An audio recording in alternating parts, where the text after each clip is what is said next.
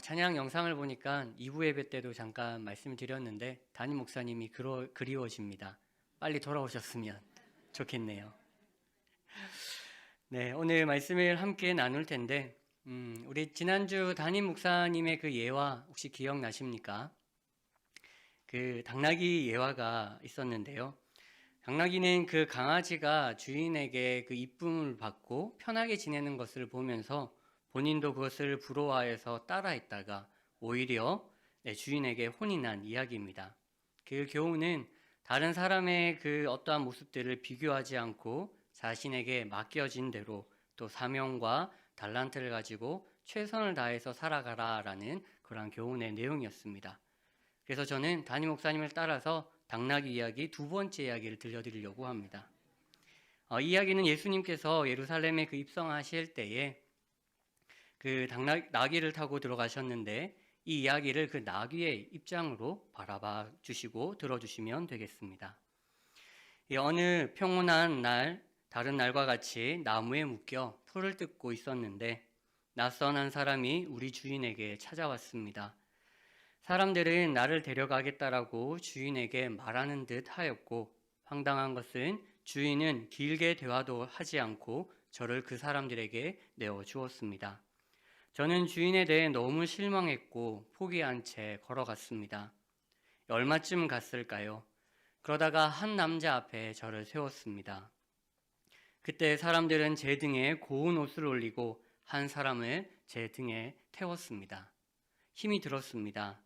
그런데 얼마 지나지 않아 놀라운 경험을 했습니다. 수많은 사람들이 나에게 호산나 다윗의 자손이여 이스라엘의 왕이라라고 환호해 주었습니다. 나귀는 자신이 왕이 된 것처럼 그 길을 당당하게 걸어갔습니다. 여러분, 이 예화 속에 나귀가 무엇을 착각했다라고 그렇게 생각이 드십니까? 먼저는 예수님을 보고 환호했던 것을 제대로 알지 못하고 자신의 관점으로 생각하고 바라봤던 것이 어리석은 이 나귀의 부끄러운 모습이었던 것입니다. 그러나 이 내용을 통하여서 한 가지 더 들여다볼 점은 아무것도 아니었던 나귀가 예수님과 함께하는 것만으로도 수많은 사람들이 환영하는 그 영광의 길, 축복의 길을 함께 걸어갈 수 있게 되었다라는 것입니다. 평범했던 나귀의 삶에 예수님을 만나고 함께 동행했더니 그 안에서 얼마나 큰 그 변화가 있었는지를 그가 경험하게 되었다라는 것을 보여주는 내용입니다. 여러분, 그렇다면 기독교에 있어서 가장 핵심적인 질문은 무엇일까요? 꼭 우리에게 필요한 질문. 그것은 바로 구원을 어떻게 받는가 하는 것입니다. 구원에 관한 그 답변으로는 사도행전 4장 12절 말씀을 이렇게 허락해 주고 있는데 우리 다 함께 사도행전 4장 12절의 말씀을 함께 읽어보도록 하겠습니다. 함께 읽겠습니다. 다른 이로서는 구원을 받을 수 없나니 천하 사람 중에 구원을 받을 만한 다른 이름을 우리에게 주신 일이 없음이라 하였더라. 아멘. 그 다른 이로서가 누구를 가리키고 있습니까? 바로 예수님을 가리키고 있지요. 그래서 예수님 외에는 어느 누구에게도 구원을 받을 수 없다라는 것입니다. 로마서 10장 9절에서 10절의 말씀도 동일하게 말씀하고 있는데 우리 함께 읽어보도록 하겠습니다. 함께 읽겠습니다. 내가 만일 내 입으로 예수를 주로 시인하여 또 하나님께서 그를 죽은 자 가운데서 살리신 것을 내 마음에 믿으면 구원을 받으리라. 사람이 마음으로 믿어 의에 이르고 입으로 시인하여 구원에 이르느니라. 아멘. 네, 그렇습니다. 기독교의 핵심의 그 질문의 답은 예수 그리스도를 믿는 것, 또한 우리의 입술로 고백하고 시인하는 것이 전부입니다. 그런데 이 믿고 시인하는 것이 우리의 믿음의 삶에 흔들리게 되면 어떠한 일들이 벌어지게 되겠습니까? 오늘 본문 배경이 되는 갈라디아 교회는 마음으로 믿고 입술로 시인하고 고백하는 것 외에 또 다른 것이 필요하다라고 가르치는 거짓 교사들의 그 가르침이 있었습니다. 거짓 교사들은 구원은 믿음을 가지고 살아가는 것은 물론이고 율법과 할례를 지키는 그 행함들이 우리의 삶 속에 있어야 된다라고 강력하게 가르쳤습니다. 문제는 그 가르침에 갈라디아 사람들은 그것을 받아들이게 되었고 지금까지 잘 해왔던 바울의 그 가르침이 흔들리게 된 것입니다. 그들이 흔들린 이유는 이렇습니다. 바울이 중요하다고 가르친 것은 마음으로 믿는 믿음과 신앙의 고백이었기 때문에 눈에 보이지 않는 것들이었고, 거짓 교사들이 가르치고 강조했던 것은 당장 내 눈앞에 보이는 것은 물론이고 전통 문화 속에서도 익숙했던 유대인의 그 모습이 잘 드러나는 행함들이었기 때문에 그들이 그 가르침에 넘어가게 되었다라는 것입니다. 결국 믿음의 그 핵심이 흔들린 갈라디아 사람들은 바울의 가르침이 잘못되었다라고, 할례의 행함이 우리들에게도 있어야 한다라고 서로의 주장을 내세우면서 하나의 공동체가 둘, 셋으로 나뉘어지는 그러한 일들이 벌어지게 된 것입니다. 여러분, 그렇다면 현 시대를 살아가는 우리는 어떻습니까? 우리는 어떻게 살아가고 있습니까? 우리의 삶에도 복음은 동일합니다. 지금도 구원의 조건은 죄 없으신 예수님께서 우리 죄 때문에 십자가에 못 박혀 돌아가셨고 사흘 만에 부활하셨다라는 그 사실을 믿음으로 고백하고 시인하는 것, 이것이 구원의 유일한 길입니다. 그런데 갈라디아 교회와 같은 거짓 교사들과 이단들은 이 시대에도 동일하게 똑같이 자신의 그 복음이 옳다라고 교리를 제시하면서 현혹시키고 우리를 하나님으로부터 멀리하도록 만들고 있다라는 것입니다. 지금은 대신방 기간이 한참 진행되고 있습니다. 각 교구별로 또 집교회별로 가정에서 예배를 드리고 있습니다. 근데 한날 제가 신방을 가서 예배를 드리고 있는데 초인종이 울려서 함께 예배를 드리던 권사님이 나가서 그 문을 열었습니다. 그랬더니 한 여자분이 이렇게 이야기를 했습니다. 안녕하세요. 예배 드리러 왔습니다. 이단이 그 가정집에 예배를 드리기 위해 찾아온 것이죠. 또 하루는 교육자실에서 일을 하고 있는데 한 어르신이 찾아왔습니다. 그리고 할 말이 있다면서 무작정 교육자실로 들어오려 했고 저희는 막아 세우고 용건을 물었습니다. 어떻게 오셨습니까? 무슨 일로 오셨습니까? 한참 맞고선 저희를 바라보시면서 하신 말씀은 지금 교회의 담임 목사님과 부목사님들은 세상의 지식이 가득 차서 잘못된 말씀을 가르치고 있다라는 것입니다. 그렇게 이야기를 계속해서 이어가려 하셨고 저희는 즉시 대화를 끊고 밖으로 나가 주시기를 권유드렸습니다. 이단이 교회까지 찾아와서 목사를 가르치려고 자신의 교리를 내세우며 그렇게 들어온 것입니다. 여러분, 앞서 내용을 이어서 더 안타까운 사실 한 가지는, 안타까운 점은 세상 사람들보다 우리들이 더 연합하지 못하고 살아가고 있다라는 것입니다. 여러분, 한 가지 예로 우리가 살아가면서 한 주 동안 가장 설레일 때가 언제이십니까? 택배를 주문을 하면 이렇게 가장 설레이죠. 네. 언제 오나 매번 휴대폰을 들여다보고 체크를 하는데요. 그런데 이 택배를 주문하기 전에 한 가지 해야 될 것이 있습니다. 그것은 바로 회원 가입입니다. 각 사이트별로 회원을 가입을 해야 이제 그 주문을 할 수가 있게 되는데, 예전과 달리 지금은 이제 회원 가입이 참으로 쉬워졌습니다.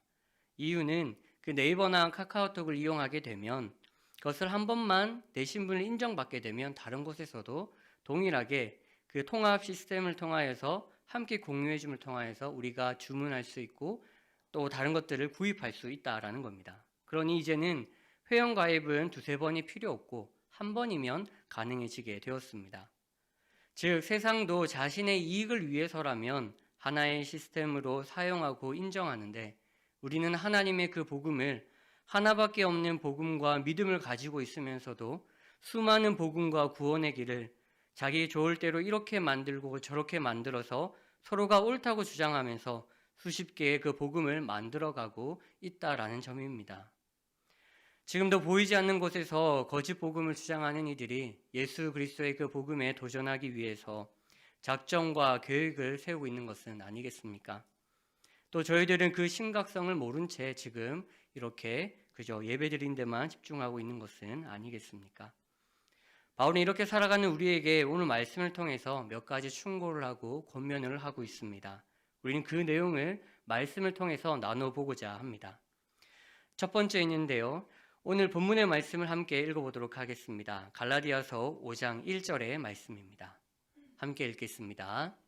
그리스도께서 우리를 자유롭게 하려고 자유를 주셨으니 그러므로 굳건하게 서서 다시는 종의 멍에를 매지 말라. 아멘. 이 다시는 종의 멍에를 매지 말라는 것은 율법을 다시 그들에게 씌우지 말라라는 말입니다. 바울이 이 말씀을 통해 다시 한 번 더 강조하는 것은 굳건하게 서서 다시라라는 이 단어인데 신앙을 견고히 해서 다시는 반복하지 말라라는 것입니다. 이 굳건하게 서서라는 말은 헬라어로 스테코라라고 하는데 굳건하게 서서 확고하다라는 뜻을 가지고 있습니다. 이 말은 군사 용어로 사용이 되어졌는데 로마는 전쟁할 때 넓은 평지에서 전투를 많이 했다라고 합니다. 그때 대열을 갖추고 서게 되는데 방패를 붙여서 틈이 없이 만들고 싸울 때 흐트러지지 않아야 했습니다.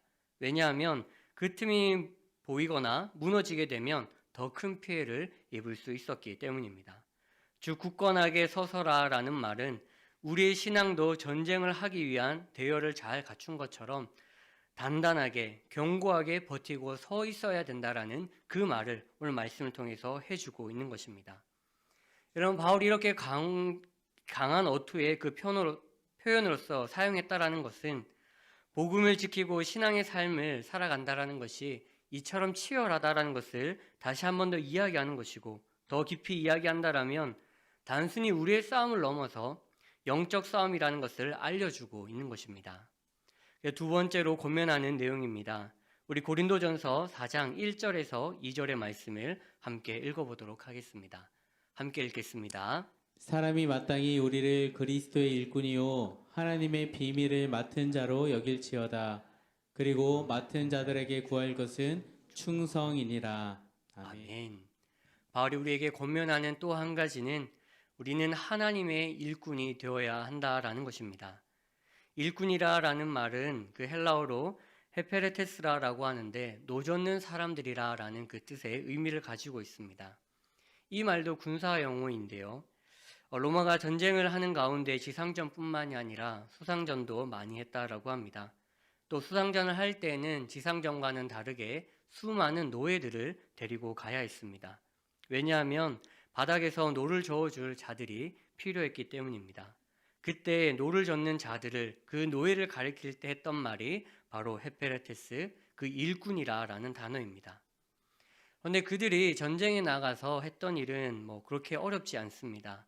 전쟁 중에 갑판에서 앞으로, 뒤로, 좌로, 우로 명령이 떨어지면 배 바닥에서는 그 승리를 위해서 일꾼들은 북소리에 맞춰 앞으로, 뒤로, 좌로, 우로 열심히 노를 저으면 되었습니다. 일꾼으로서의 그 역할은 갑판에서 명령하는 역할이 아니라 배 아래에서 노를 젓는 역할, 그것을 잘하면 되었던 것입니다. 그렇다고 해서 이 말씀을 통하여서 우리가 계속해서 노예의 그 삶만 살아라고 이야기하는 것은 아닙니다. 이 로마 전쟁에 참여한 노예들은 로마군이 승리하면 얻는 것이 두 가지가 있었다라고 합니다. 첫 번째는 로마와 함께 동일한 승자가 되었다라는 것과 두 번째는 그 공로를 인정받아서 노예에서 자유인이 되었다라는 것입니다. 그렇다면 이 말씀 속에 우리에게 주는 메시지는 무엇이겠습니까?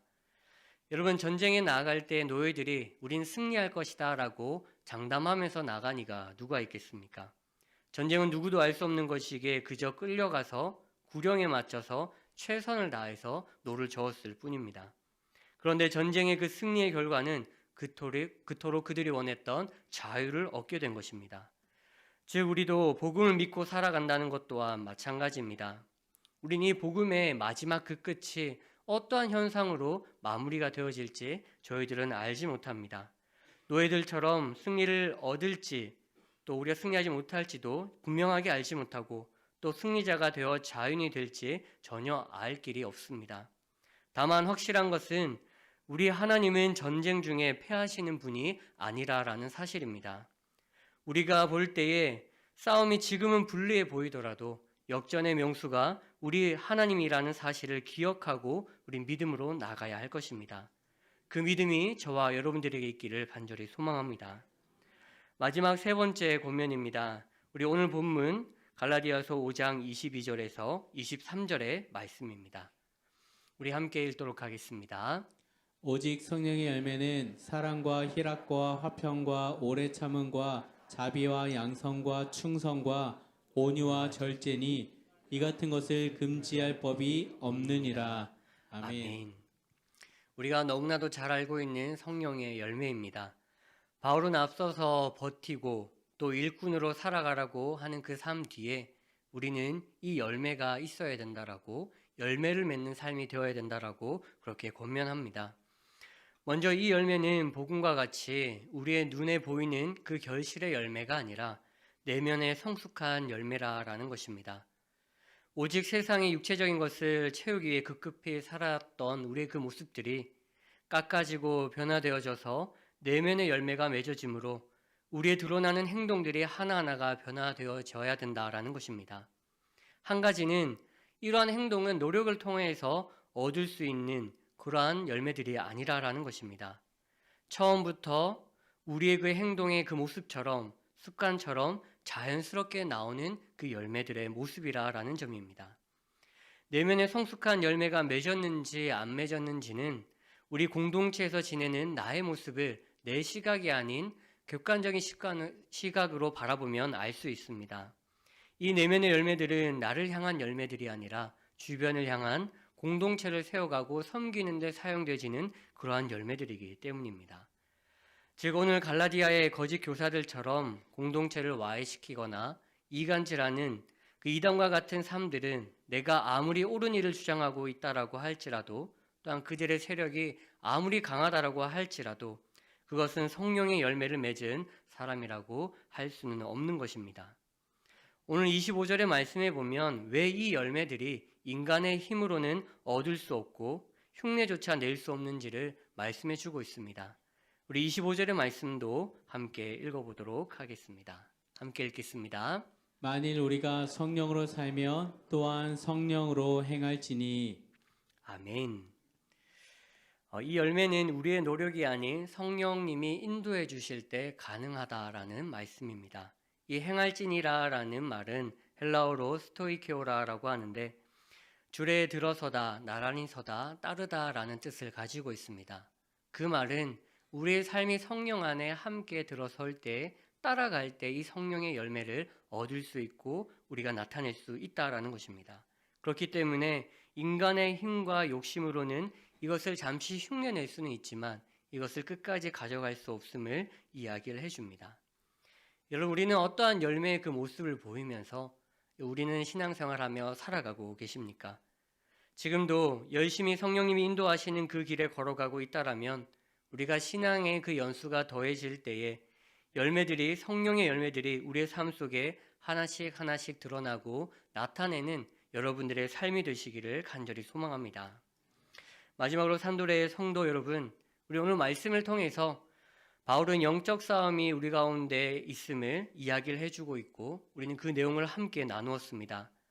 갈라디아의 사람들이 겪은 어려움을 우리가 겪고 있다는 것은 여전히 악한 무리들이 우리를 포기하지 않고 하나님의 그 복음을 이간질하거나 포기하도록 하기 위해 멈추지 않고 있다는 사실입니다. 그래서 오늘 우리가 바울의 권면을 통해 우리가 받은 말씀을 단순히 기억해야 될 말씀이 아니라 영적 싸움을 위해 우리가 지금부터 해야 할, 또한 앞으로 해야 할, 무장해야 할 모습임을 보게 됩니다.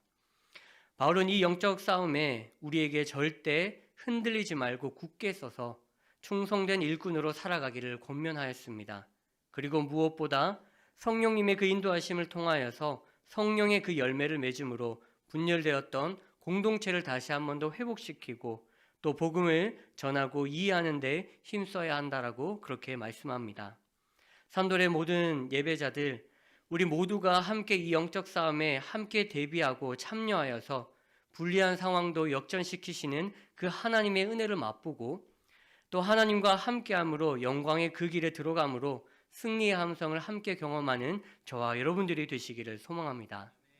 저는 그래서 이 말씀을 고면함으로 말씀을 마치고자 합니다. 우리 산돌의 모든 성도님들께서는 우리의 신앙과 공동체를 흐리는 영적 싸움과 육체의 일들에 흔들리지 말고 굳건하게 서서 충성된 일꾼으로 살아가는 자들이 되시기를 바랍니다. 그리고 성령의 걸음을 따라가며 성령의 열매를 맺고 공동체를 살리는 저와 여러분들이 되시기를 간절히 소망합니다.